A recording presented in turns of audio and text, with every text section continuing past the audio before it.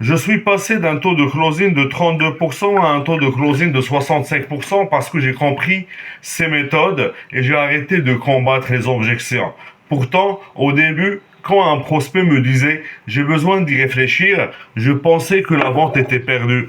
Puis, j'ai compris que cette phrase ne signifie pas un non. Elle signifie souvent il y a encore quelque chose qui me bloque. Alors, au lieu de mettre la pression, je réponds calmement. Je comprends, d'après tout ce qu'on vient de voir, est-ce que cette solution contient bien tout ce dont vous avez besoin pour réussir? S'il répond oui, je poursuis. Qu'est-ce qui, selon vous, pourrait concrètement vous aider? Là, le prospect commence à exprimer lui-même la valeur de l'offre. Ensuite, je lui demande, est-ce qu'il y a quelque chose d'essentiel qui manque pour obtenir les résultats que vous recherchez?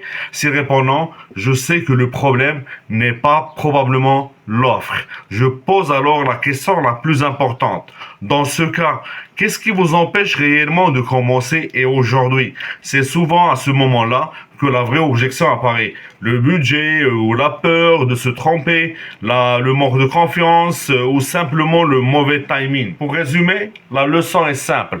On ne gagne pas une vente en parlant davantage, mais en comprenant mieux. La vente n'est pas un combat, c'est une conversation humaine, structurée et intelligente. Si tu veux apprendre à mieux vendre, à mieux communiquer, à transformer les objections en conversations constructives, suis-moi. Ici, je partage des stratégies concrètes de prospection, de closing et de psychologie commerciale.